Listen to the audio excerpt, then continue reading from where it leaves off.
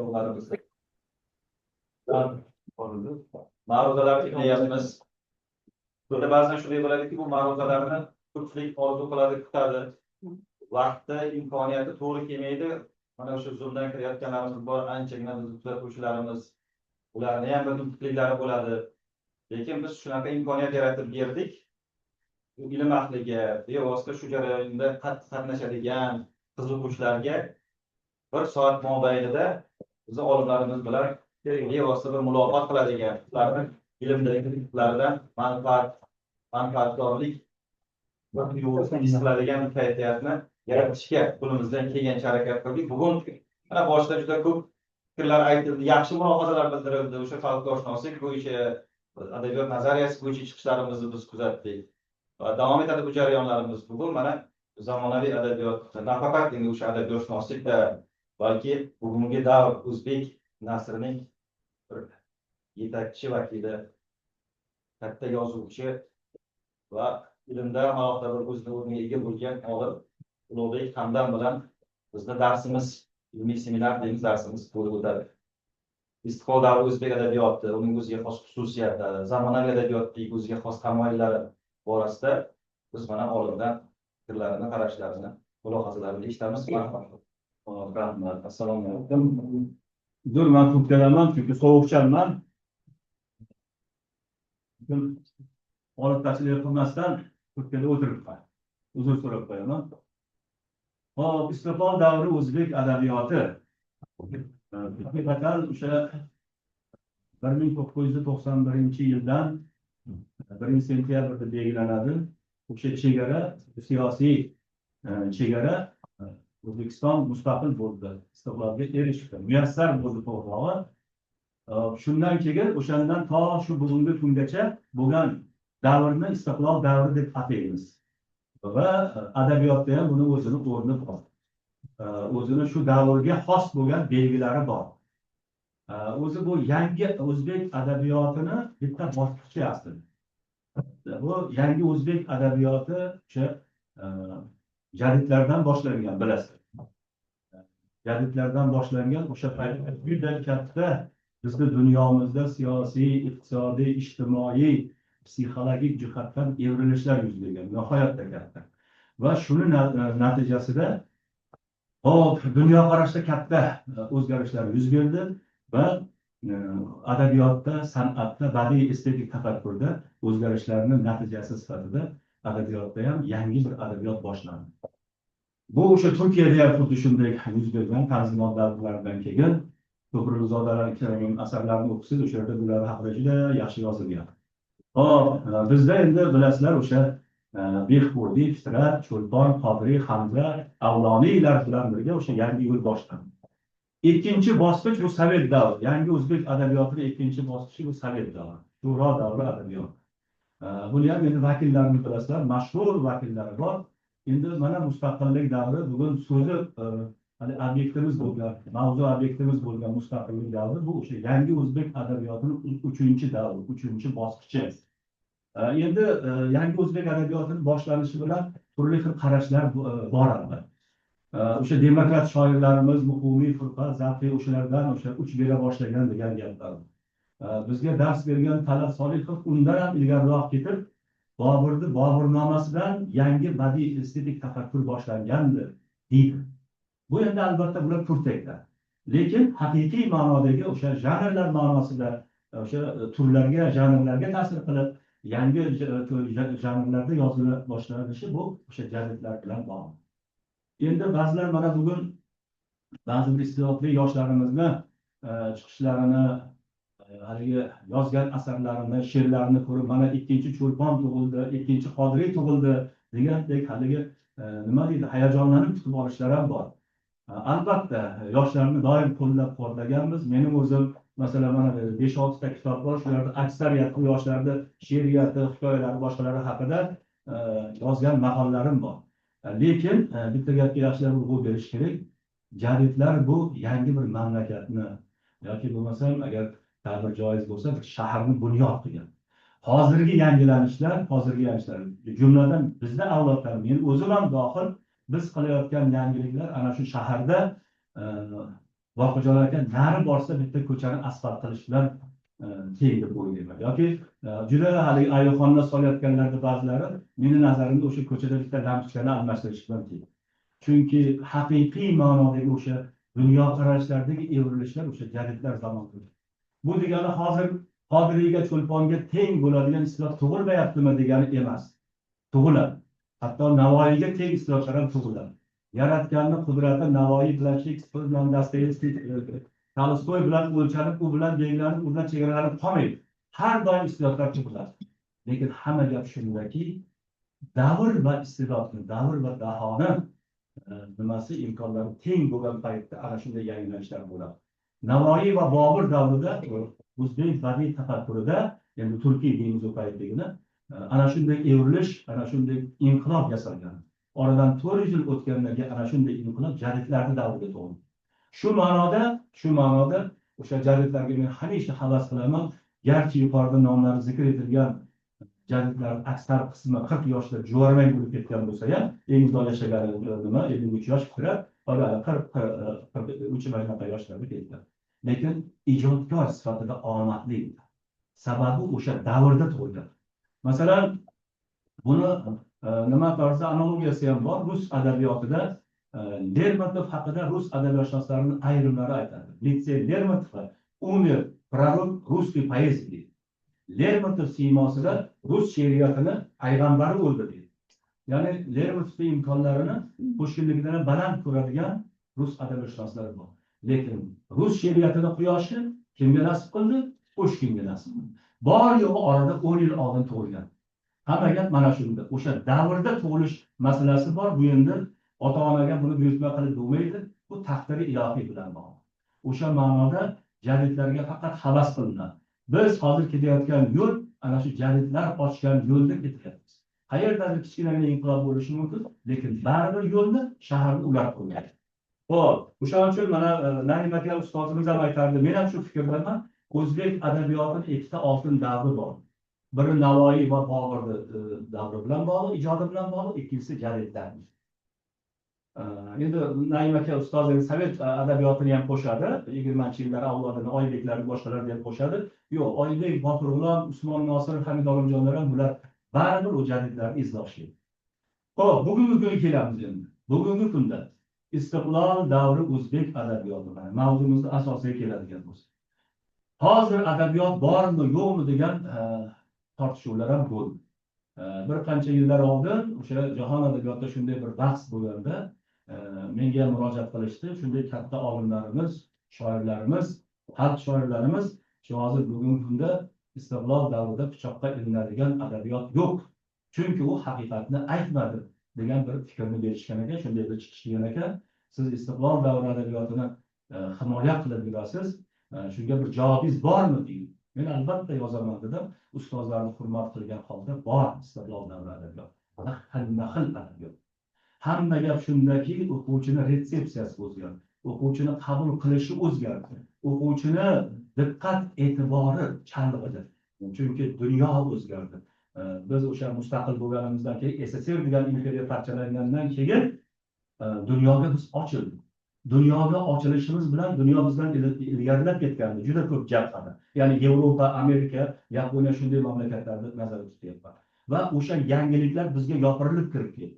Va natijada biz anchagina orqada qolgan bizni nimamizga, hayot tarzimizga, yashash tarzimizga, hatto turmush tarzimizga, hatto xonadonlarimizdagi haligi maishiy texnikalargacha o'zgardi va bu insonni tafakkuriga, dunyoqarashiga, sezimlariga ta'sir qildi. Natijada alal oqibatda bir necha yillar o'tib, 10 yillar o'tib, masalan, badiiy adabiyotni qabul qilish, unga qiziqish degan narsalar ham butunlay haligi nima deydi? O'zgarib ketdi. Masalan, men haligi nima deydi? Hozir adabiyot yo'q deganlarni juda yaxshi tushunaman. Katta adabiyot yo'q deganlarni, adabiyot haqiqatni aytadi. Adabiyotning vazifasi faqat haqiqatni aytish emas. Adabiyotning vazifasi nihoyatda. Haqiqatni aytish uning ichida bittagina. Agar haqiqatni aytish bo'ladigan bo'lsa, mustaqillik davrida ham o'sha haqiqatni aytadi. O'zini zimmasidagi vazifani vaholi qudrat juda chiroyli tarzda bajardi va bajarib keldi. faqat o'qish kerak. Gassetda bir gapi borda, avlodlar 20 yosh, 40 yosh, 60 yosh faol avlod bo'ladi deydi jamiyatda. Endi 70-80 yoshlarda endi jamiyatdan biroz haligi nima deydi, nafaqa yoshiga yetib, faollik biroz susaygan bir avlodga qo'shadi. Shuning uchun 3 ta avlod bor. Har bitta avlod o'zini davrini, san'atini, adabiyotini yaxshi ko'radi. Shuning uchun mana e'tibor beringlar, 20 yoshligidan 40 yoshdan 60 yoshli odamlarning o'rtasida, ota bilan bola, nevarar o'rtasida ziddiyat. Bu ziddiyat aslida rivojlanishning asosi. Lekin hamma gap shundaki, o'rtamiyona aqllar deydi, faqat o'zini davriga xos bo'lgan narsalarni qabul qiladi. Normal, standart odam. Faqat katta aqllargina o'zini tafakkurida, o'zini o'sha yetishtirgan shaxsiyatida 20, 40, 60 yoshli hammasini qiziqish dunyolarni o'zida mujassam qiladi. Shuning uchun ba'zan Sayfulla aka masalan 20 yoshlardan sal o'tib Abdulla Orif yozib qolgan. Garchi yigit yoshimga ishlab tursa ham keksalik qismatini o'ylayman budan. Ya'ni 20 yoshli bo'la turib keksalik qismatini his qila oladi. Bunday shoir, bunday nima. Shu ma'noda o'sha 20 yosh avlodga tegishli bo'lgan narsa 40 yoshga g'ashini keltirishi bu tabiiy narsa. Avlodlarda o'zgarishi boshqalari bilan bog'liq. Lekin har bitta avlod o'zini adabiyotini yaratadi. Har bitta avlod. Chunki davrlar o'tib o'sha aholi to'kiladi. Ming o'sha umumbashariy, umuminsoniy ramzlarga o'rab juda chiroyli bergan bo'lsa ham, lekin baribir u yordamga muhtoj bo'lib qoladi. Erkin akaning bir g'azalida bor edi-ku. She'r qolur, shoir qolur, lekin kechar vaqti zamon. She'r qoladi, shoir qoladi adabiyot tarixida, lekin kechar vaqti zamon deydi. Vaqti o'tadi. Shuning uchun yangi avlodlarga ehtiyoj bo'ladi. Yangi avlodlar o'sha o'zini tilida, zamonni tilida o'sha azaliy haqiqatlarga murojaat qiladi, ularni yoritib berishga harakat qiladi. Shuning uchun doimiy avlodlar almashadi. Shuning uchun kimsa Navoiy bobodan keyin ham bugungi yoshlar jazm etib qo'liga qalam olyapti. Navoiydan keyin qo'liga qalam tutish mumkinmi? O'ylab ko'ringlar. Chunki hamma gap shundaki, o'sha ahor to'kiladi. Haqiqatlar qoladi, adabiyot qoladi. O'sha aytilgan, lekin ahori to'kiladi. Yangi ahorga ehtiyoj bo'lgani uchun o'quvchi yangi tilda ijod qilingan asarlarni o'qishni yaxshi ko'radi. Xo'p. Men kuzatganman, nima uchun mana Sovet davrida 100 minglab kitoblar chop qilingan. Yillar armoni 75 ming nusxadan bir necha marta chop qilingan. Erkin akaning muhabbatnomasi sitilib ketardi. U ham mana shunday nusxalarda chop qilingan. O'tkir Hoshiyev aytardi 2,5 million nusxaga yaqin chop qilingan mana asarlar. Nimaga hozirgi kunda bitta yozuvchining asari 100 ming nusxada chop qilinmaydi? Nima uchun? Buni men o'sha sabablarini o'zimcha anchadan beri mana yangi o'zbek she'riyati degan mana monografiyada ham yozganman buni oxirgi nimasida mustaqillik davri o'zbek adabiyoti haqida bir qancha sabablarni aniqlagan o'zimcha. Xo'p, bittasi mustaqil bo'lganimizdan keyin jamiyatda serqatlamlilik kuchaydi. Ilgari u ming yillardan beri boy va kambag'al. Adabiyot ham boy va kambag'al o'rtasidagi munosabatni qalamga olar edi. O'sha o'quvchi ham yo boyga yoki kambag'al qatlamga mansub bo'ladi. Demak, o'z qatlami haqida nimadir yozilyapti. Qiziq bo'ladimi? Bizni hayotimizga qiziq bo'lmagan birorta narsa bizni e'tiborimizni tortmaydi. Masalan, Marsdagi ob-havo bizga qiziq emas. Vashingtonga ob-havo hozir bizga qiziq emas. Lekin oramizda kimdir hozir ertaga Vashingtonga uchadigan bo'lsa, albatta o'shuni qiziq. Ya'ni bizga tegishli bo'lgan narsagina bizga qiziq bo'ladi. Shuning uchun mustaqillik davriga o'tgandan keyin o'sha boy va kambag'alning o'rtasida yuzlab boshqa qatlamlar paydo bo'ldi. Yuzlab qatlamlar paydo bo'ldi degani, yuzlab qatlamlarning o'zini ehtiyoji, badiiy didi ham shakllandi, paydo bo'ldi. Birdaniga hozir men o'sha bir maqolamda yozganman. Navoiy bobo tirilib kelsa ham birdaniga hozirgi zamonda barcha qatlamlarda estetik didiga javob bera oladigan she'r bitolmaymiz. Birdaniga xitob qilish mumkin emas. Chunki u yoki o'sha yozilgan narsa u yoki bu qatlamga uni estetik tafakkur didiga moslab yoziladi yoki mos keladi. Mana shuning uchun ham serqatlamligi, shuning uchun ham men doim aytaman, bizga xilma-xil adabiyot kerak. Xilma-xil adabiyot. Chunki o'sha qatlamlarning hammasiga javob beradi. Demak, bugungi kunda bu birinchi sabab. Mustaqil bo'lganimizdagi jamiyat juda ham ko'p qatlamlarga bo'linib ketdi. Bu bir. Ikkinchisi, dunyoga ochilishi bilan, mamlakatda dunyoga ochilishi bilan 91-yildan dunyoni kayfiyati yopirilib ketdi. Texnika, DVD, internet, mobil telefon, bularning hammasi bizni dunyoqarashimizga ta'sir qildi. Bizni ilgari masalan kunlardan bir kun Boqajon aka o'sha Sharqiy jurnalda ishlaganimda, Zvezda Vostoka jurnali ham bor edi menda. Meni muovinim Klavdiya Ivanovna so'rab qoldi. "Вы что вы читаете сейчас?" Men aytdim, "Войну мир". Nimani o'qiyapsiz hozir dedi, urush va tinchlik dedi. Разве можно сейчас в наше время читать "Войну мир"? Я перечитываю. Bizda zamonda urush va tinchlikni qayta o'qish mumkinmi? Deb hayron qolyapman.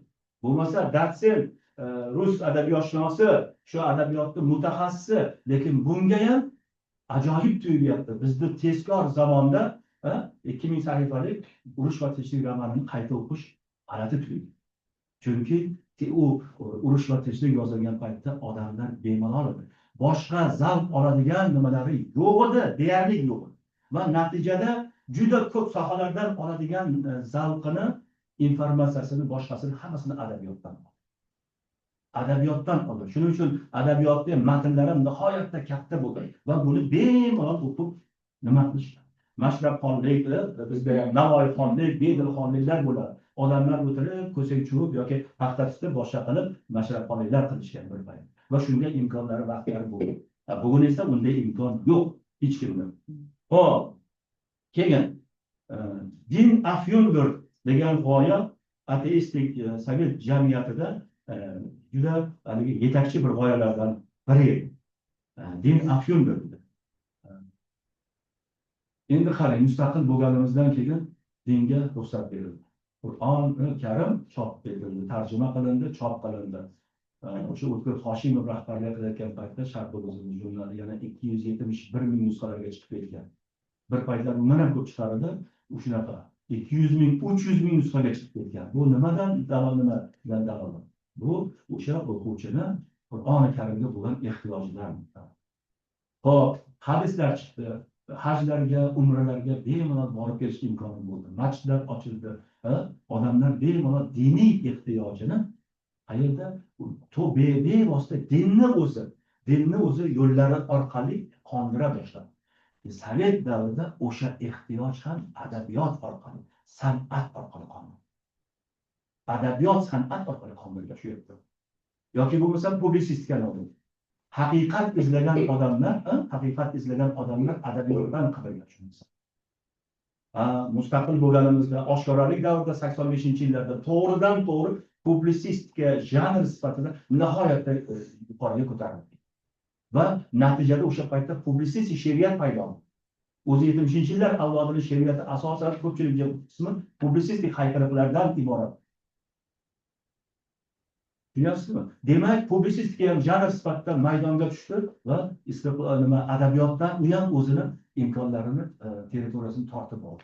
Din oldi, publisistika oldi, ko'ngil ochar nimalari, vositalar. Restoranlar deysizmi, konsert zallari deysizmi, boshqalar deysizmi? Men Toshkentga kelgan 85-yilda Toshkentda nari borsa 3-4 ta restoran bor. Hozir bitta ko'chada 3-4 ta restoran bor. Va ilgari mana shu ko'ngil ochar nimalarini ham, vositalarini ham qaysidir ma'noda adabiyot, san'at, teatr bo'ladi. Bularni hammasini ular adabiyotdan tortib oldi o'zi. Bunga o'xshagan narsalar ko'p. To'rtinchisi, zamon nihoyatda tez suratda o'zgarib bordi. Karim degan bir amerikalik olim insoniyat tarixini oxirgi 50 ming yilni oladi, taxminan 50 ming yilni oladida o'rtacha inson hayotini 62 yoshdan olib, shuni 50 mingni 62 ga bo'ladi. taxminan 800 ta avlod chiqadi. 800 ta avlodni 750 ta avlodi g'orlarda yashaydi. G'orlarda yashaydi. 750 ta avlodni hayoti g'orlarda o'tgan. Bu degani nima degani? Bu degani o'sha insonning hayoti o'zgarmagan. Bir xil. Birinchi avlod uchun nima qimmatli bo'lsa, qadriyat bo'lsa, 750 avlod uchun ham qadriyat, qimmat bo'lgan. O'sha narsa muhim bo'lgan. Bir-birini tushungan. Keyingi 50 yillik insoniyatning keyingi 50 yillik hayoti davomida olamshumul o'zgarishlar paydo bo'ldi. Yozuv paydo bo'ldi. Yozuv paydo bo'ldi, kitob paydo bo'ldi. Keyingi 4 ta 5 ta avlodda hayotida deydi, elektr paydo bo'ldi. Keyingi 6 ta avlodda hayotida motor paydo bo'ldi, elektromotor paydo bo'ldi. Va keyingi mana bugungi kundagi deydi, buni yozganiga 15-20 yil bo'ldi bu kitobni yozganiga. Bugungi kundagi xonadonda, uylarda ishlatayotgan maishiy texnikalar deyarli hammasi oxirgi avlodning hayoti davomida mobaynida paydo qilindi. Kir moshina deysizmi, televizor deysizmi, telefon deysizmi, pilosos deysizmi, changyutgich va hokazo va hokazo. Va bular nimadan dalolat beryapti? Men nimaga olib kelyapman? Adabiyotga nimaga aloqasi bor demoqchisi? Judayam to'g'ridan to'g'ri. Butun boshli bizning kayfiyatimizni belgilab beradigan narsa shu. Nima uchun mana klassitsizm 17-asrda klassitsizm paydo bo'ldi. Klassitsizm yuzlab yillar, 200 yillar hukm surdi.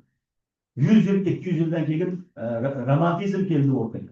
U ham yuzlab yillar hukm surdi. Ma'rifatchilik oqimi keldi. Keyin realizm oqimi keldi. Keyin modernizm. Modernizmga kelgungacha yuzlab yillar yo'llashaga, yuzlab yillar izmlar hukm surganmi? Modernizmga kelgandan keyin modernizm shunaqangi oqimlari bor, surrealizm deysiz, abstraksionizm deysiz, imijizm deysiz, boshqa deysiz. Har 3 oyda o'zgargan. Bu nimadan dalolat? Bu hayotning tempi o'zgargan. Men telefonam har yilda 2 martadan o'zgaryapti. Yilda yangi model chiqyapti. Bu nimadan dalolat? Bu shundan dalolatki, bugungi kunda insonni tafakkuri, dunyoqarashi shiddat bilan o'zgaryapti. Va bu nimaga olib keladi? Shunga olib keladiki, bugun bir yozuvchi 5 yil o'tirib bir umrini bag'ishlab bitta roman yozsa, 5 yil.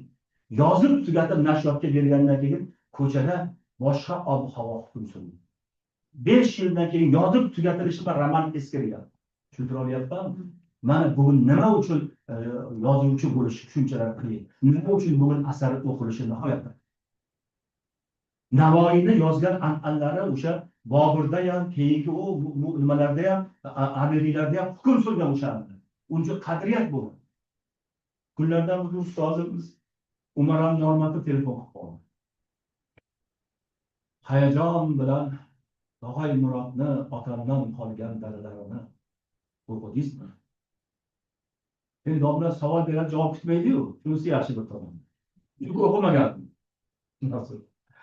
O'qimaganman. Orqasidan u haqdagi meni maqolamni chiqardi. Uni ham o'qiganim. Javob berish shart emas. Domla chunki faqat gapiradi-ku bilasiz. O'shandan yuqqanda domladan ustozlarimizga. Hop, hayajon bilan gapirib berdi. Men o'ylayapman. Nima uchun? Keyin ana shu suhbatdan keyin yozish nega qiyin degan bir maqola tuzdim. Yozish nega qiyin? Ana shu maqolada shu narsalarni o'yladim. Shu narsalarni hozir aytgan gaplarimni o'yladim va maqolaga tushirdim. Chunki hozir yozuvchi bo'lish qiyin, hozir yozish qiyin. Chunki bitta narsani umringni bag'ishlab nuqtani qo'yar qo'ymasang, tashqarida boshqa hokim. Yuqorida aytganimdek, fan, texnika, internet, axborot, globalizm hammasini ta'sir. Va natijada yozuvchi hech kim bo'lib qolaveradi. Natijada bugun eskirish nihoyatda tez. Kiyimlar ham eskiryapti. Nimani Saida Zulunovani qo'llar degan hikoyasi bor. Ana shu hikoyada o'lib ketgan qahramon ayol o'lib ketgan erini paltosini o'g'li uchun saqlab qo'yadi. U katta bo'yicha 20 yil o'tadi. 20 yil o'tgandan keyin o'sha paltoni kiydiradi. O'zigini bizga taqdiradi. Endi bugun tasavvur qiling. Endi tasavvur qiling. siz uylanayotganingizda o'sha otangizdan qolgan paltoni kiydiryapti, tasavvur qiling. Hozirgi yoshlar parcha-parcha qilib tashladi paltoni. Qolaversa modasi o'zgarib bo'lgan, to'g'rimi? Ilgari o'zgarmadi. Mana nima uchun bugun qiyin, mana nima uchun o'sha ustozlarimizdan bugun adabiyot yo'q deb hayqiryapti. Chunki unga mos keladigan adabiyotni yozib berish nihoyatda qiyin. Shunga qaramasdan istiqlol davri o'zbek adabiyoti bor va u juda xilma.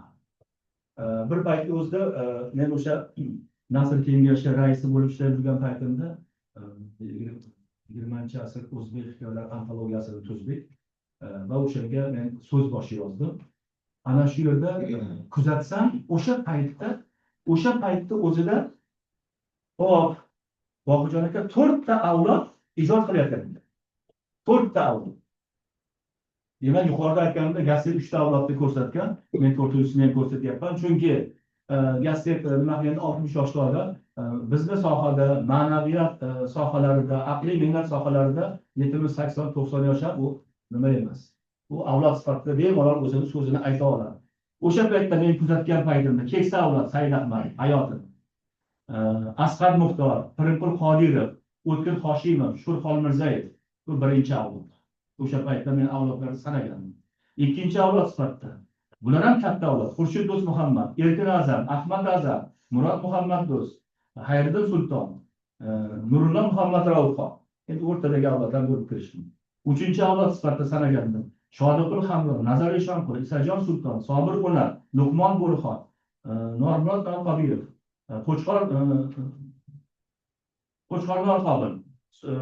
Bular 4-chi yosh avlod sifatida o'sha paytda endi tetapoya bo'lib kirib kelayotgan Nurullo Chori, Jasur Kengboyev, Javlon Joriyev, Xoliyor Safarov va hokazolarni sanagan. Endi bugun mana o'sha paytda bu maqolani yozilganiga ancha bo'ldi. Masalan, Said Ahmad 2007da o'tgan bo'lsa, demak 20 yil bo'ldi. Bugun mana bu katta avlod yo'q. Said Ahmadlar, Asqar Muxtorlar avlodi yo'q. Lekin o'rniga yangi avlod kirib kelyapti. Yangi avlod shakllanib kirib keldi. Hozir. Demak, haliga nima deydi? Avlodlar eski ketasi deydi, katta avlod ketdi, o'rniga yangi. Xurshid Do'stmuhammadning Saf degan hikoyasi bor, shapalondek keladi. Juda o'zbekona hikoya, juda yaxshi hikoya. Qariyalar oshga nimagadir aytilsa, mahallada sekin saf tortib ketaveradi. Ertalab nahorga oshga, xudoriga, amr ma'rufga ketaveradi. Oldida eng kattalar, o'rta yoshlar, keyin yoshlar ketaveradi. Lekin vaqtlar o'tadida saflar o'zgarib turadi. O'sha birinchi safdan kimdir ketadi, u dunyoga, chin dunyoga, orqadagi safdan bittasi yo'q bo'ladi. Xuddi shunday avlodlar ham xuddi shunaqa almashadi. O'sha nimada ko'rganimiz mana shunday ko'rinib turibdi. Endi xo'p, xuddi shunday avlodni she'riyatda ham ko'rish mumkin. She'riyatda ham kuzatish mumkin. Abdulla Oripovlar, Erkin Vohidovlar, Rauf Parfilar hayot mustaqillik davridan ijod qildi. Mana mustaqillik davrida ijod qilishi mumkinmi o'sha katta avlodlar? Albatta ijod qilishi mumkin. Said Ahmad o'zini shedevr hikoyalaridan biri Qorako'z Majnunni yozgan mustaqillikdan. Yoki Asqar Muxtor Fano va Baqo degan hikoyasi bor. Bu durdona hikoyalar. Buni haligi yoshlar ham bular keksa avlod demasin. Bunaqa hikoyalarni yozib, oldin xotirib qo'yish kerak. Juda go'zal, juda nima deydi? Qoladigan milliy va umuminsoniy qadriyatlar jamul-jam bo'lib ketgan. Xuddi shunday hali she'riyatda ham xuddi mana shunday vazifani Erkin Vohidov, Abdulla Oripov, Rauf Parfilar albatta bajaradi. Albatta bu 60-yillar, 70-yillar Rauf Parfi, Abdulla Oriplar emas. Lekin baribir ijod qilishdi. Keyingi avlodlar ham xuddi shunday. Xo'p, mustaqillik davrini adabiyotini bosh xususiyati nimada deb so'ralsa, men aytgan bo'lardim. Erkin badiiy tafakkur.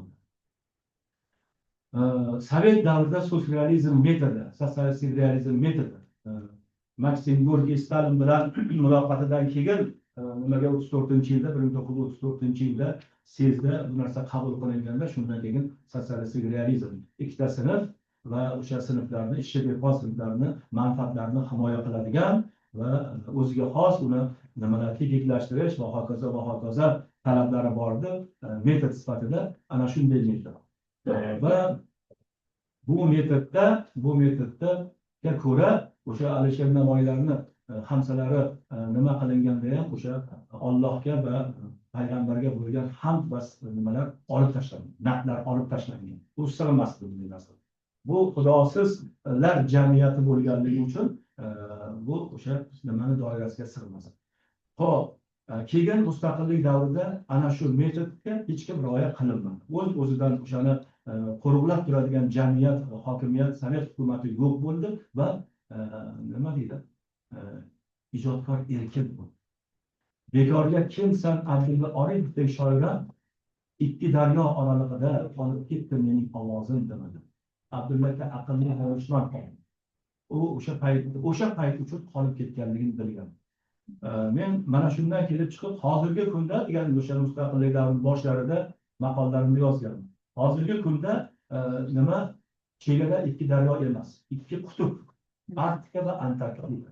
Hatto eplasangiz butun boshli koinotni o'sha ramzga aylantirishingiz mumkin. Navoiyga o'xshab, G'ofurg'ulomga o'xshab sayyoralarni kaftingizga olishingiz mumkin. Ya'ni erkin shunchalar erkin ijod.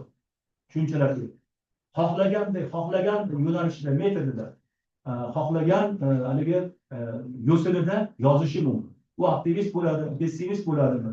Lekin ba'zan istiqlol davrida, ayniqsa yoshlarda shu narsa kuzatilyaptiki, haddan tashqari o'sha erkinlikni suiiste'mol qilish. Erkinlik degani meni erkinligim Maqsudni nimasiga borganda tugaydi meni. Yoki Bahriddinga oldiga borganda tugaydi. Mana shuni bilish. Va erkinlik bu mutlaq erkinlik insonda mahv etishini ham bilish. Adabiyotda shuning uchun mana ayniqsa yoshlarda ijodda shu narsa sezila boshladi. Bemalol hamma narsani ochib yozish mumkin. Adabiyot bu ko'ngilni kashf qilish, badanda ochish emas. Mana shu narsani bilishimiz kerak. Mana shu narsani singdirishimiz. Insonni badani hech kimga qiziq emas. O Jaloliddin Rumiyda ham bor. Ikkita chiroyli inson bir-biri bilan muloqot qilsa deydi. Agar botinlarida hech narsa bo'lmasa, bo'sh bo'lsa, ma'naviy boyligi xazinasi bo'lmasa deydi. Bir qancha vaqt o'tgandan keyin ular bir-biridan soviydi. Ikkita ma'nan boy inson deydi. U xunuk bo'ladimi jisman, chiroyli bo'ladimi qat'iy nazar, bir-biri bilan muloqot qilgani sayin deydi, bir-biriga yana tortila boshlaydi. Bu o'sha ma'no haqidagi. Ma'no chegarasiz mana shu narsani bilishimiz kerak. Insonning fiziologik nimalari, jozibalari chegaralangan, cheklangan. Shuning uchun haligi mutlaq erkinlik, xohlagan narsani yozaman deyish bu to'g'ri emas, maqbul emas. Insonda ma'no olamiga chegarasiz nima qilish. Shuning uchun mana shu tomonlarni ham o'sha suiiste'mol qilmaslik kerak bo'ladi. Xo'p. Endi vaqtimiz bormi? Shuni. General hisoblama. General yo'q. Jon bilib yapman generalga bu qadar. O'z qachon general olganmiz? Nima o'z bu general? Bizni davrimizga kelganda general degan narsa. Yo'q, general degan narsa yo'q. Bir paytlar yozuvchiga nima kerak bo'lib qolsa, bitta bir betli narsa yozib, o'sha kuni ertasi kuni pulni olib, masalasini, moddiy masalasini hal qildi. Eshitganmiz masalan Erkin Vohidov oltin devordan tushgan general hisobiga imoratini, hovlisini uchastka deymiz, shuni so'z soladi. Hozir bir hozir ham aytib berganlar, o'sha yulduzli pullarga olgan general. Mayli. Endi nima uchun bu? Mana bu masala ham muhim. Nima uchun? Sababi Sovet hukumatida yozuvchi, ijodkor, olim Sovet mafkurasini ommani ongiga yuqtirish vositasi sifatida qo'llanadi. Shuning uchun u hokimiyatda bitta rechagi bo'lgan. Bitta ipi bo'lgan. Ana shuning uchun general dedi. Bugun adabiyot erkin qo'yildi degan, bugun adabiyot erkin. Adabiyot o'sha davlatni, hukumatni, jamiyatni boshqarish vositalaridan biriga aylantirilgani yo'q. Yozuvchi xohlasa yozadi, xohlamasa yozmaydi. Bu bir tomondan yaxshi, chunki faqatgina fidoilar qolishi mumkin.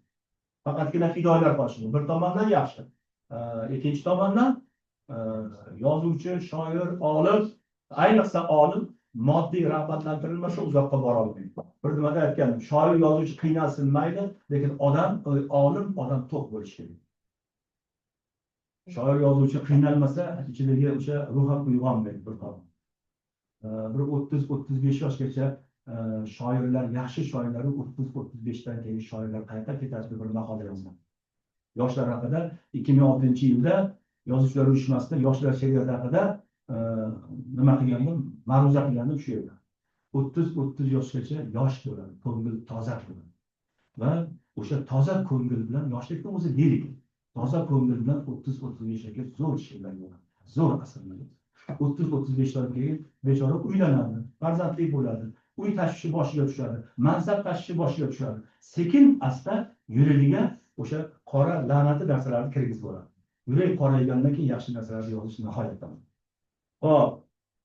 Endi mustaqillik davrida modernizm degan bir adabiyot shakli. Bizda modernizmga ilk etapda juda katta qarshiliklar bo'lgan. Bunda o'zbek adabiyotshunosining tarixini bundoq varaqlab ko'rsam, birinchi jiddiy suhbat nima chiqish shu Umarali Normatov bilan dunyoni yangicha ko'rish ehtiyojı degan 35-40 betlik bizni suhbatimiz bo'lgan ekan o'sha.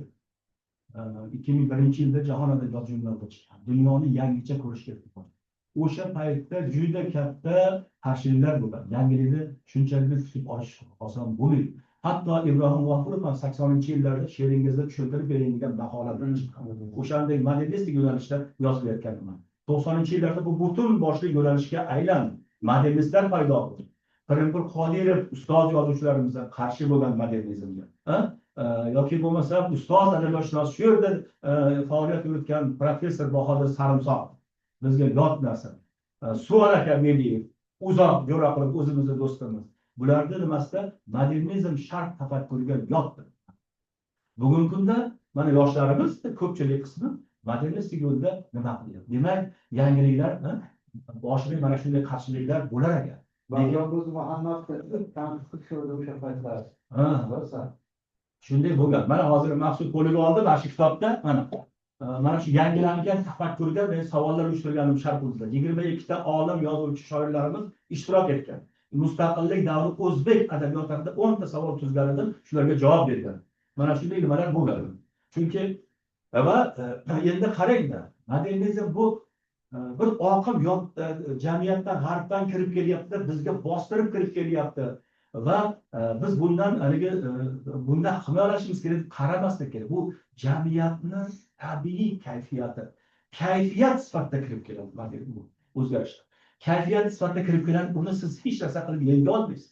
Yenga olmaysiz. 2014-yilda Samarqandda bir konferensiya bo'ldi. Biz Begalib Qosimovga nimasiga ketayotgandik, yurtiga ketayotgandik, o'sha bir tadbirlar bor edi. Keyin Samarqandda tarjimachilik haqida bir konferensiya bo'ldida, ikkiga ayrilishga to'g'ri kelib qoldi. Men Samarqandda chekimga tushdim, o'sha yerdan chiqib, o'sha yangi adabiyot haqida ikki og'iz yo'l-yo'lakay gapirdim. Va o'sha nimani ichida o'tirganlar, tinglovchilarning ichida Respublika prokuraturasining xodimlari o'tirgan. Toshkentga kelganimdan keyin Yozuvchilar uyushmasiga telefon qilib, mana shu odamni bizga modernistik adabiyot haqida prokuratura xodimlariga 2 para ma'ruza o'qib bersin, xat bilan chiqishdi. Tasavvur qilyapsizmi? Bu nimadan dalolat? Nimaga olib kelmoqchiman? Keyin 2 para dars o'tib berdim modernizm haqida. Bu shundan dalolatki, modernistik kayfiyat jamiyatga kirib boryapti. Buni tushunib qolgan odam tushunib qolyapti. Bu yangi narsa ekanligini, modern deganimiz fransuzcha bilasizlar, yangi degani tafakkurdagi yangilanish, boshqa. Endi hop, o'sha yerda mana samolyotda hammalari uchgasizlar, chet elga, O'zbekistonliklar. Stewardess qizlarimiz o'sha standart kiyimlarni yoqasiga marg'ilonni atlasdan bitta shtrix qilib narsa tikib qo'ydi. Mana shu yangicha yondashuv, moderncha yondashuv kiyimdir. Modernizm degani bu dunyoqarash degani faqat adabiyot san'atda emas. Hayotimizda hamma jabhalarga kirib ketdi. Turmushimizda hamma jabhalarga kirib ketdi. Buni tafakkur tarzida qabul qilish kerak. 60-yillarda Fransiyada ham shunday bo'lgan. Qarshiliklar bo'lgan, boshqa bo'lgan. Lekin qaranglar. Mana rus tilida o'qiganman bu narsalarda sinek degan, qor degan bir she'r. Qor degan bir she'r. Bitta ham so'z yo'q. Sarlavha bor, so'z yo'q. 3 ta qor parchasi. Qor parchasi milliard bo'lsa ham hammasi bir-biriga o'xshamaydi, bilasizlar. 3 ta bir-biriga o'xshamaydigan qor parchasi. Shu she'r. Bo'lganda ham juda ham katta she'r. Juda ham katta she'r. Bu 10 yillar oldin Sa'dulloh Qur'onov she'riyat va rang tasvir aloqalari haqida bir nomzodlik dissertatsiya jo'nagan. Men rasmiy apparat bo'lgan. Bu allaqachon she'riyat va boshqa sohalar bir-biriga allaqachon kirib ketgan. Taqdiyotni geometrik bahorini oldi. U yerda o'sha belgilar, haligi kompyuterdagi bugungi kunda juda faol bo'lgan shakllar she'riyatni ichiga kirdi. Yoki bo'lmasam egilgan qad dahshatli so'roqdir, insonning qaddi egilganda xuddi so'roqqa aylanib qoladi. Shoir shuni nimaga chizdiryapti? O'sha so'roq sekin so'roq shaklidan chiqib insonni egilgan qaddiga borib aylanadi. Yoki bo'lmasam yana shunaqangi so'z o'yinlari bor. So'z o'yinlari eskidan ham bo'lgan. Lekin modernizmda o'sha so'z o'yinlariga, ramzlarga juda katta e'tibor berdi. Почему я пишу deydi? Потому men nima uchun she'r yozaman? O'shaning uchun. Sarlavha mana men nima uchun she'r yozaman? So'z bu yoqda o'shaning uchun. Bitta so'z, bitta joy. Bu esa insonni tafakkur qilishga undaydi, insonga bir kayfiyat beradi. Kayfiyat beradi.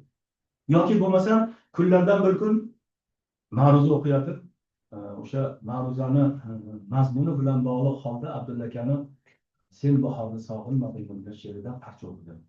Uyg'onuvchi bog'larni kezdim, topay dedim qirdan izingni, yonog'ingdan rang olgan dedim. Lolazorga burdim yuzimni, uchratmadim ammo o'zingni, sen bahorni sog'inmadingmi desa bir qo'shib mumkinmi domla? Mumkin. Bu she'rda juda hayajon bilan o'qiyapsiz, lekin bizga ta'sir qilmaydi bu she'r. Yaxshi dedim, sizga nima ta'sir qiladi? Qanaqa she'r ta'sir qiladi?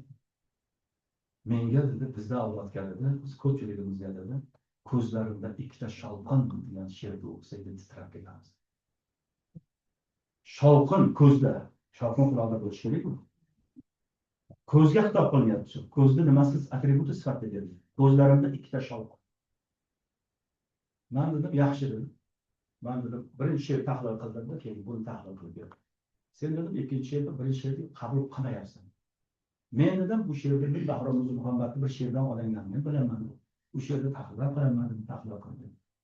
Endi qarang, bu yuqoridagi avlodlar masalasiga kelyapmiz. O'shaning uchun men yoshlarga ko'p aytaman, qo'llaringda juda ko'p kalit bo'lsin. U katta avlodni adabiyotiga tushsin, o'zingni avlodingni adabiyotiga tushsin. Ertaga bir kun haq etib 20 yil o'tadi, yangi avlod keladi, seni peshaganga o'tadi. Sen nima deyapsan? Sen eskirding. Uni ham tushuna oldim. Kunlardan bir kun qizim choy ichib o'tirib, "Aya" dedi, "Qarang, dadam juda hazilkash bo'lib ketyapti." Men hazilkashligi bu tug'ma. Voqejon aka biladi, har zamonda Ulug'bekning kulgisini ekish kerak. Ekib ko'paytirish kerak. Bu tug'ma. Men har doim hazillashgan. Lekin qizimni otasini hazilini tushunib yetishi 15-16 yoshga yetganda tushunib yetgan o'sha hazilni. Bu bilan nima demoqchiman? Inson o'sha o'sib tafakkur rivojlanib borar, hayotni nima qilar borar ekan, tushuna boshlaydi. Xuddi shunday o'quvchi ham o'zining ustida ko'p ishlasa, hamma avlodlarning asarlarini tushunishga yetadi. Ayniqsa bunga olim, adabiyotshunos, tilshunos kim bo'lishidan qat'iy nazar, olim odam bunga mahkum va majbur. O'quvchi majbur emas. Lekin olim odam har bitta avlodni kayfiyatini boshqasini tushunishi. Mana shu kayfiyatni Shermat Subhon bugungi kunda modern shoirlardan biri. Shermat Subhon juda go'zal ifodaladi. Hamma shoir emas, shoir hamma. Hamma shoir bo'la olmaydi, lekin shoir hamma bo'lishga majbur. Boshqa odamni terisiga kirishga majbur. Shuning uchun Tolstoyning Anna Kareninasini dunyo sevib o'qidi. Chunki bu yerda Tolstoy o'zini erkak degan libosini yechib, uni inson sifatida ruhiyatini tushuna olgan. Uni ruhiyatiga kira olgan. O'zi katta ijodkorlar jins degan narsadan tepaga ko'tarilib keladi. O'shaning uchun u ayol bo'ladimi, kampir bo'ladimi, yuqorida aytganimdek Ali Abdullayev garchi yigit yoshim yashnab tursa ham keksalik qismatini o'ylayman, budan Yoki bo'lmasa, mana yoshlarda o'sha an'anaviy she'rlardan o'qiganimda uncha nima qilishmaydida, modern she'rlardan o'qiganimda domla qaytarib oling, yozib olamiz. Tushunyapsizmi? Mana yangi avlod kelyapti-da. Yangi avlod o'sha bir xil o'sha biz bilgan dunyoni boshqacha ifodada, hamma gap ifodada, boshqacha o'ziga yaqin ifodada ko'rmoq istaydi. Shunday tushunmoq istaydi. Garchi o'sha gaplarni hammasi Navoiyda juda go'zal tarzda bitib qo'yilgan bo'lsa, yangi shakllarda ko'rmoq istaydi. Bor yo'g'i shu. Bor yo'q shu. Pilapoya bo'ldim senga azizim, seni ham gal kelganda pilapoya bo'lgan gap shu. O'shaning uchun ketishingni kutmagan edim, kelishingni kutganim kutgan desa, talabalar to'xtab turib shuni yozaveradi. Ikki misradan iborat modelish. Ketishingni kutmagan edim, kelishingni kutganim kutganim. Juda go'zal. Yoki bo'lmasa bittasi yozyapti. Isming yozdim derazaga va undan dunyoni tomosha qila boshladim. Muhabbat degan so'z yo'q, lekin juda katta muhabbat bor. Ya'ni sevib qolgan oshiq u ayolmi, u qizmi farqi yo'q. Yorini ismi orqali dunyoni ko'ryapti. Bu go'zallikni qaraymi? Bu go'zal ifodani qarang. Yoki bular o'sha tag'urlarda boshlangan. Bu dunyoda har doim bo'lgan. O 50 yil, 100 yil oldin tag'urlarda yozgan. Daraxtdan so'radim. Xudo haqida gapiribdi. U gulgan. Bu go'zalligini qaraymi? Bu modernizm, buni nimasi yomon ekan? Nimasi yot narsa bizga? Nimasi yot narsa? O'shaning uchun haligi ruslarda bir gap bor. Всё новое хорошо забытое старое. Har qanday yangilik yaxshi unutilgan eskilikdir. Mana shu narsalar hammasini ildizini o'sha Navoiylardan, boshqalardan hammasidan topishing. Faqat hamma gap shundaki, shakl o'zgacha. Shakl o'zgacha. Har bitta zamon boshqa shakl. Mana oddiy bir qiyofamizga qaraylik, kiyimlarimizga qaraylik. Har zamonda o'zi insoniyatda har bitta avlodda kiyimlari yangi, oxirgi boshqacha. Bu yaxshi degani emas, zamonga mos. Mana ko'pincha shakllar o'zgaradi, mazmunlar qoladi. Ko'pincha shakl o'zgaradi. Hop, endi mustaqillik davrida yana bitta nima bo'ldi? Men kuzatgan narsalarimdan biri, lekin hali oxiriga yetganimiz yo'qmiz. O'zbek xorijiy adabiyoti paydo bo'ldi. Mustaqillik davri. Chunki 30-35 yildan beri chetga chiqib ketayotgan vatandoshlarimiz turli xil sabablar. Ishlagani ketadi, yo boshqa sabablar, qiziqib ketadi, yo bu yerda bir yangi hayot quraman deydi. Har xil sabablar. Kimdir qochib ketadi va hokazo. Va shularning natijasida xorijda xorijiy o'zbek adabiyoti paydo bo'ldi. Men 4-5 yildan beri mana shu masalani jahon adabiyoti darsligini yozganimda ham juda ham kerak bo'ldi. O'zbek adabiyoti nimasini yozganda ham nihoyatda kerak bo'ldi. Mana men bu yerda jahon adabiyoti modernizm va postmodernizm. Bu yerda o'zbek modernizm va postmodernizmga kirgan edi. O'shanda men kuzatganimda haqiqatan xorijda yaxshigina o'zbek adabiyoti paydo bo'ldi. Va ularda kuzatganimda hammasini umumlashtirib turuvchi bitta motiv deya kuzatdim. Boburiy motiv qo'ydim. Chetga chiqqandan keyin o'sha Bobur Andijonning qovunini so'yib yeganda yig'laganidek, chetga chiqib nima qilgan? Ayniqsa birinchi ma'muriyat davrida ularda aksariyat qaytib kela olmadi. Va ijodlarining aksariyati bosh motiv Boburiy motiv. Sog'inch motiv, hijron motiv, hijrat motiv. Men buni aytdim, o'sha Boburiy motiv. Boburdan kelyapti-ku shu narsa. Bizda endi avvalan bo'lgan albatta. Mana hozir mana ikkinchi ma'muriyat davrida juda ko'p masalalarda erkinlik bo'ldi va chet ellik xorijlik ijodkorlarimiz ham O'zbekistonga kirib keldi. Juda ko'pchiligi O'zbekiston Yozuvchilar uyushmasining a'zosi bo'lishdi. Va o'zbek nimada yurtimizda kitoblarini nimalarni bemalol tarjima qilib, e'lon qilishadi. Men ikkitasiga so'z boshi ham yozdim. Bittasi o'sha Yevropada yashaydigan Shahodat Ulug'ni Sulton Qutus haqidagi romaniga, tarixiy romaniga so'z yozdim va Kanadada yashab dars beradigan Dilfuza Komil o'shani she'rlariga so'z boshi yozdi ikkitasi. Va mana shuni kuzatishlari natijasida va alal oqibatda o'sha chet elliklarni hammasiga murojaat qilib Yusuf Rasul bilan 4 ta kitob qilamiz, bitta 4 ta kitob qilamiz, 4 jilddan iborat. She'riyat, nasr, bo'lsa dramaturgiya, publisistika ko'p nihoyat. Shunaqa 4 ta kitob qilamiz dedik. Birinchi jildini to'pladik. Men 10-15 betlik nima ham yozdim. So'z boshi ham yozdim. Lekin afsuski hali chop qilganimiz yo'q biz. Afsuski hali chop qilganimiz yo'q biz. Mana xorijiy o'zbek she'riyatida Boburiy motiv degan. Nima? Xo'p, endi yoshlarimizga bugun juda yaxshi e'tibor berilyapti. Qaysi ma'noda? Mana aks degan nima bo'ldi, loyiha bo'ldi va keyin izlan degan loyiha. Aksda yangi asr avlodi tashkil qildi. Izlanni Sanjar do'stimiz Akademiya nashriyotining direktori. Undan oldin 96-yillarda iste'dod guruhida shunday yoshlar chiqqan. Faxriyorlar, Zebo Mirzolar o'sha paytda iste'dod. Va shu davom etib kelyapti va mana shu ijodkorlarni ijodlarida juda yaxshi narsalar bor. Bularni yoshlarda menga eng muhim tomonlaridan biri haqiqatan erkin, tafakkuri erkin. Dunyo adabiyotini o'qiyapti. Eng muhimi o'sha mustaqillik davri xususiyatlaridan biri din, Qur'on, Zabur, Tavrot, Injil hammasi kirib keldi. O'qila boshlandi, tarixga murojaat erkinlik paydo bo'ldi va bular jahon adabiyoti tarjima qilinib berilyapti va natijada bugungi o'zbek shoiri, yosh shoiri, dramaturgi va nosiri, olimida ana shunday tafakkur erkinligini his qilaman. Jur'atni his qilaman. Bularda hammasi bor.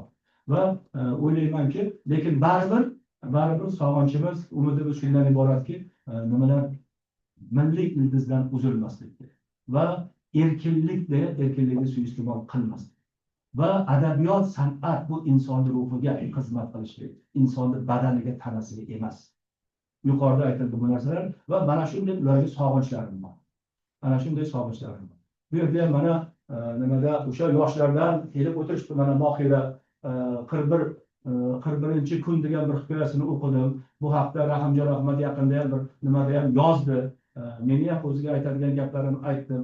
Ko'p ular. Tillani soni Shakl degan romaniga so'z yozib berdim. Rahshona Ahmedovani nima degan romaniga? Qonmatar degan romaniga so'z boshi yozdim. Shunday ularning juda ko'pchiliklariga so'z yozib beraman. 50lab yoshlarning kitoblariga, she'riy kitoblariga so'z yozdim. Ya'ni bularni hammasini yutuq va kamchiliklardan ko'rib, kuzatib boryapman. O'zbek adabiyoti haqiqatan katta adabiyot edi. Hozir ham yoshlarimiz ham ana shu katta adabiyotga munosib odim qo'yishyapti. Faqat yuqorida aytganimdek, ularni haddan tashqari nima deydi? Maqtab yo'q qilib qo'ymasligimiz kerak. Internet tarmoqlarida ba'zan shularga duch kelyapman. Katta adabiyotlar boshqalar haddan tashqari ulug'lab bularni yoshligidan mayib. O'shanday qilmaslik kerak. O'shanday qilinmasa, shu bilan birga e'tiborsiz ham qoldirmaslik kerak deb o'ylayman. Va mana shu o'rtada olinsa, ular ham o'zining vazifasini bajaradi. Chunki ba'zilari o'shandan taltayib ketib, mahsul bittasi yozib, kim bu qop, sizni she'rlaringiz falonchiga o'xshayapti, pistonchiga o'xshayapti desa, yozadi. U kim bo'lib qopti deydi. U kim bo'lib qopti degani o'zbek juda katta shoir, ijodkor. U biz oldimizda kim bo'ldi? Bunaqa qaramaslik. Ana shu yoshlarga shunaqangi bema'ni g'ururni bergan o'sha bizni o'zimiz katta adabiyotshunoslar boshqalar. San zo'r sahamiz, u kim bo'lib qopti? Bunaqa bo'lmaydi. An'ana degan va vorislik degan tushuncha bor adabiyot. Hatto qush ham nimaga qarshi ilib borayotganda havoni qarshi.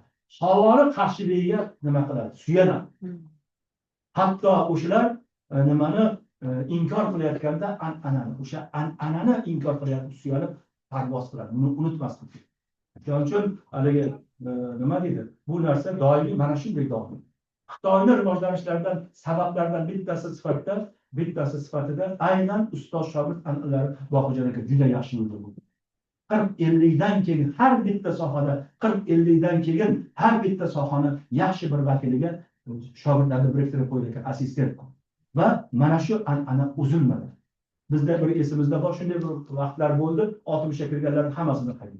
60ga kirgan odam ishlarga ko'tara olmasligi mumkin, lekin bu haligi aqliy, ma'naviy sohada ayni qaymoq bo'lgan. Bo'ladi-yu. Jaloliddin Rumiy 42 yoshdan keyin yozgan narsalar. Ana amerikalik bir amerikalik bir yozuvchi 75 ga kirgandan keyin pensiyaga chiqqandan keyin asar yozib nimadan ketardi hozir Morrisonmi degan ayol Nobel mukofotini sovrindor 72 mi 75 yoshdan keyin yozdi. Bu mana shunday narsa. Shuning uchun mustaqillik davri, istiqlol davri o'zbek adabiyoti bor, u xilma-xil va kelajagi ham yaxshi bo'ladi. Bu bir javobimiz. Biz endi savollar imkon bera olmaymiz, vaqt masalasi bor, chegaralangan, buni inobatga olishimiz kerak bo'ladi. Yaxshi ma'ruza tingladik. Umuman davr o'zgarishlari, zamon bilan bog'liq bo'lgan evrilishlar, ularning ijod jarayoniga, ijodkor dunyoqarashiga ta'siri masalasi.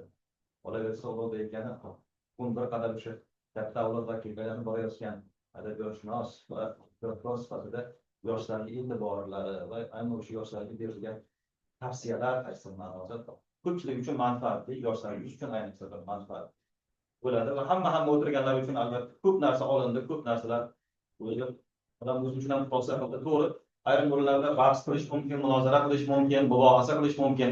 Bu uchun yana imkoniyatlarimiz bo'ladi. Bu jarayonlar to'xtab qolmaydi. Yana vaqt aylanib shunday bir bahslarga, shunday bir darslarga, shunday bir seminarlarga yana imkon yaratamiz. Bugungi jarayonda qatnashgan, ishtirok etgan hamma tinglovchilarga, ishtirokchilarga qolaversa, vaqtini ayamasdan kelib, sizga shunday yaxshi ma'ruza qilib bergan adabiyotshunos va ijodkor Ulug'bek Hamdamga o'zimiz minnatdorchilik bildiramiz. Sog' bo'linglar, salomat bo'linglar.